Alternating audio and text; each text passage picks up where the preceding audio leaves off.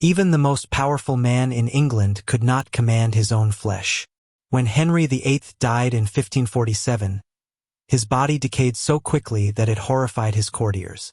Chroniclers whispered of a coffin that leaked during the night, and of stray dogs licking what escaped. This is no legend. This is the death of a king who defied the Pope, beheaded wives, and believed himself untouchable until his own body turned against him. Before he became a tyrant, Henry VIII was a Renaissance dream made real.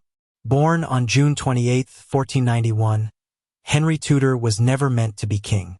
His older brother Arthur was the heir to the throne. Henry was raised in comfort, educated in music, theology, languages, and sports. A well-rounded prince who excelled in everything he touched. Chroniclers describe a boy who laughed easily, rode fearlessly, and spoke Latin and French with the fluency of a court scholar. But fate intervened. In 1502, Arthur died suddenly, leaving 11-year-old Henry next in line. At 17, when his father Henry VII died, the young prince ascended the throne. The contrast between father and son could not have been sharper. Henry VII was cautious, frugal, even dour.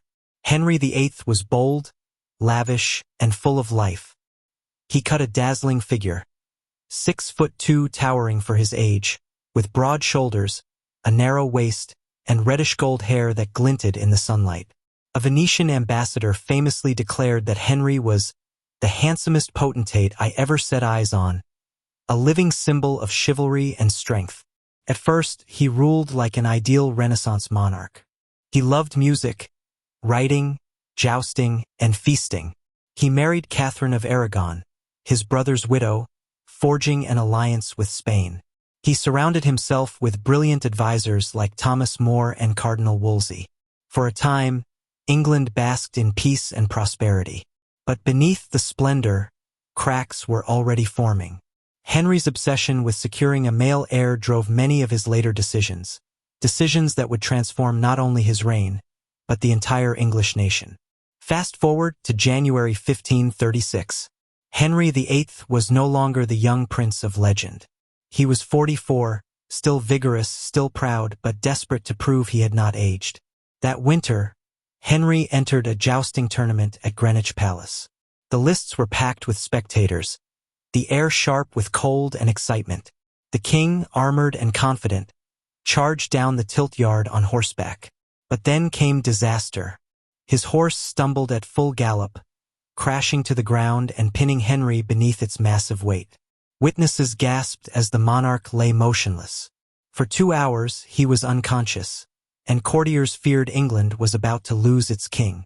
Though he eventually awoke, Henry was never the same. He sustained a serious head injury and an open wound on his leg that never fully healed. That wound became a chronic ulcer, constantly infected, constantly painful, and impossible to hide. Modern historians believe the head trauma may have permanently altered Henry's brain. His once generous temperament gave way to paranoia, suspicion, and explosive rage.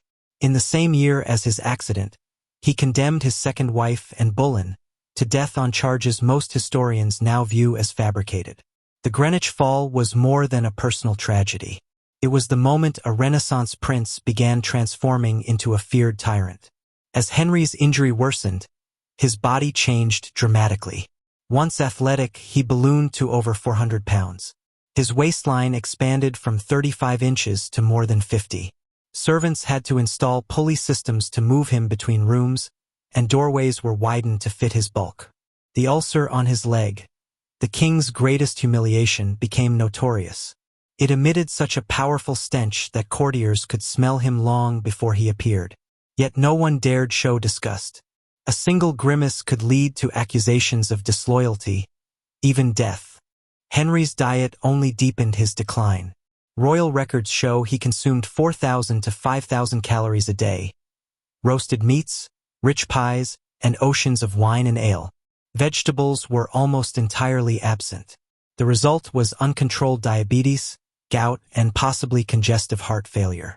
His physicians, bound by 16th-century medicine, resorted to dangerous cures. They applied poultices of mercury and arsenic, cauterized his wounds with red-hot irons, and drained his blood in an attempt to balance the humors. Every treatment left him weaker. At the same time, Henry's personality darkened. He became unpredictable and cruel. Old friends like Thomas More and Thomas Cromwell were executed. Longtime advisors lived in fear of a single angry outburst. Henry's court, once full of music and learning, turned into a place of terror and whispered plots. His fear of poison became obsessive. Food tasters sampled every dish. Servants checked plates and goblets for hidden threats. He trusted no one. Chronic pain and paranoia fed each other, until the once charming monarch became a ruler gripped by suspicion. This wasn't just physical decay, it was moral and mental decline as well. Henry's personal life reflected his crumbling health. At 49, he married Catherine Howard, a vivacious teenager less than half his age. Henry imagined this union would restore his youth. In reality, it exposed his vulnerability. His ulcerated legs, his massive bulk, and his ever-present odor made intimacy difficult, and Catherine sought affection elsewhere. When Henry learned of her affair, his rage was merciless. Catherine Howard and her lover, Thomas Culpeper, were executed. The king watched with cold fury as another wife went to the block. Henry's final marriage to Catherine Parr was less a romance than a political alliance, and a practical necessity. Parr acted as nurse and caretaker, tending to the ailing monarch with patience that few others dared offer. She survived not because Henry softened, but because his failing body made her indispensable. By 1546, Henry was nearly immobile. Gangrene consumed his legs, the ulcers had deepened to the bone, and the odor was overwhelming. Courtiers carried perfumed handkerchiefs to mask the stench. Witnesses described a man swinging between violent outbursts and silent despair. In fevered hallucinations, he murmured the names of his dead wives, Jane Seymour and Boleyn, even Catherine Howard, as if haunted by their ghosts. Under English law, it was treason to predict the death of the king.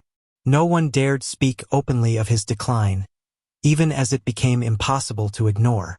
His physicians whispered false reassurances, but everyone at court knew the end was near. On January 27, 1547, Henry called Archbishop Thomas Cranmer to his bedside. Unable to speak, the king squeezed Cranmer's hand in a final gesture of faith. In the early hours of January 28, at 55 years old, Henry VIII, the Lion of England, died. But even death could not grant him dignity.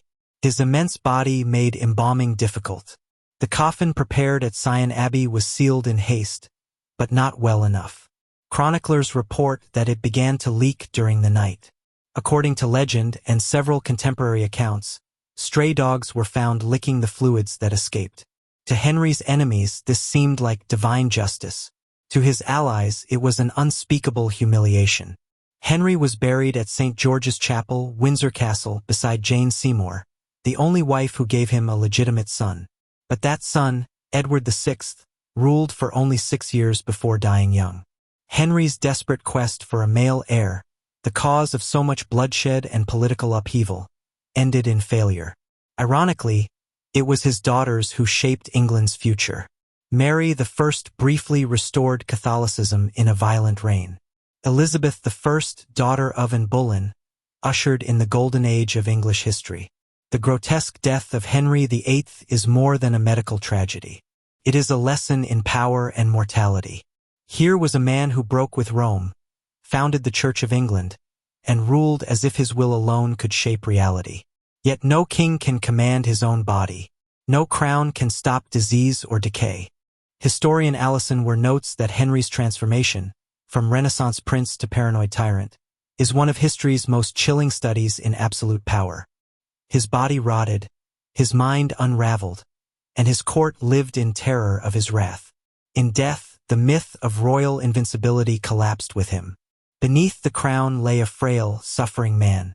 His story reminds us that power is temporary, flesh is fragile, and even the greatest rulers cannot escape the human condition. Henry VIII believed himself above earthly law, above the Pope, above God's judgment. Yet his death stripped away the illusions of majesty and showed the world a simple truth. Power fades, bodies fail, and history remembers not just how rulers lived, but how they died. What does it mean when kings fall from glory? What does it say about human ambition and human frailty? In our next episode, we'll explore the final days of another monarch whose mysterious death sent shockwaves through Europe and changed the course of history forever.